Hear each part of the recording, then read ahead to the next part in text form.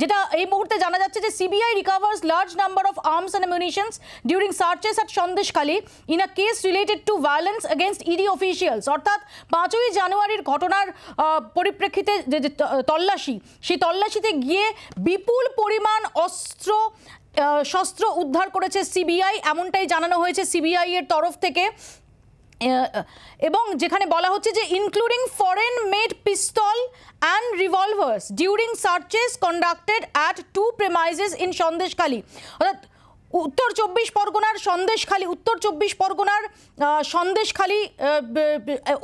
পরগনার সন্দেশখালীতে সেখানে দুটো বাড়ি থেকে বিপুল পরিমাণে অস্ত্রশস্ত্র পাওয়া গেছে।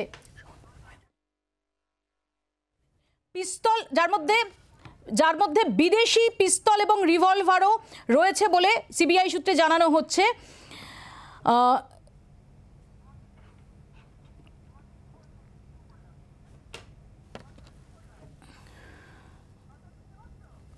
আরও একবার আপনাদের জানিয়ে রাখি যে এই মুহূর্তে সিবিআই এর তরফ থেকে কনফার্ম করা হয়েছে যে সন্দেশখালীর দুটি বাড়ি থেকে বিপুল পরিমাণ অস্ত্রশস্ত্র উদ্ধার করা হয়েছে, যার মধ্যে বিদেশি অস্ত্র রয়েছে। সঞ্জয় ভদ্র আমাদের ইনপুট হেড আমাদের সঙ্গে রয়েছেন এই মুহূর্তে টেলিফোন লাইনে।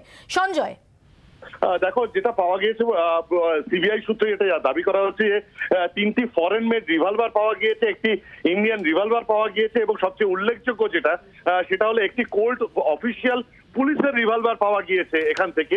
এছাড়াও একটি ফরেন মেড পিস্তল এবং একটা কান্ট্রি মেড পিস্তল এবং বেশ কিছু বুলেট, বিভিন্ন ক্যালিবারের 0.45 ক্যালিবারের কার্ট্রিজ 50টা, 0.9mm বুলেট 120 পিস পাওয়া গিয়েছে, 9mm ক্যালিবার কার্ট্রিজ পাওয়া গিয়েছে 120 পিস এবং 0.380 কার্ট্রিজ 50 পিস পাওয়া গিয়েছে। সবচেয়ে উল্লেখযোগ্য সেটা হলো যে 3টি ফরেন মেড রিভলভার এবং একটি ইন্ডিয়ান রিভলভার পাওয়া গেছে, পাশাপাশি পুলিশের ব্যবহার করা কোল্ট অফিসিয়াল। এটাই আমার জিজ্ঞাসা যে কোল্ট অফিসিয়াল পুলিশ রিভলভার আমরা দেখেছি সন্দেশখালী কাণ্ডে প্রথম থেকে রাজ্য পুলিশের ভূমিকা প্রশ্নের মুখে, এবং যে কারণে আদালত সিবিআই তদন্তের নির্দেশ দিয়েছে। এই অস্ত্র ভান্ডারের মধ্যে কোল্ট অফিসিয়াল পুলিশ রিভলভার থাকাটা এটা কতটা সিরিয়াস? এটা কি রাজ্য পুলিশের জন্য অস্বস্তি আরো বাড়িয়ে দিল? একেবারে অত্যন্ত সিরিয়াস। এবং এই অফিসিয়াল পুলিশ রিভলভার সেটা কে ব্যবহার করেছে, কেন, কার কাছ থেকে পাওয়া গিয়েছে বা কোথা থেকে এরা প্রক্রিয়ার করেছে, কোন এজেন্সি এটা ব্যবহার করা হয়। কারণ অফিসিয়াল কোন কোল্ট রিভলভার যেগুলো রয়েছে সেই রিভলভারের ক্ষেত্রে কিন্তু আমরা যেটা জানি সেটা হলো যে সেটার কিন্তু কোন নির্দিষ্ট নাম্বার থাকে যেটা থেকে ডিনোট করা থাকে।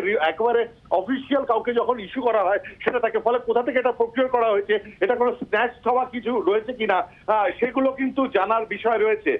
এছাড়া আরেকটি বিষয় সেটা হলো যে এখানে আজকে যখন যখন এই সার্চ অপারেশন হচ্ছিল তখন বেশ কিছু ইন্ট্রিগেটিং ডকুমেন্টস পাওয়া গিয়েছে, যেগুলো শেখ শাহজাহানের ডকুমেন্টস বলে, শেখ শাহজাহান সংক্রান্ত ডকুমেন্টস বলে সিবিআই এর পক্ষ থেকে দাবি করা হচ্ছে।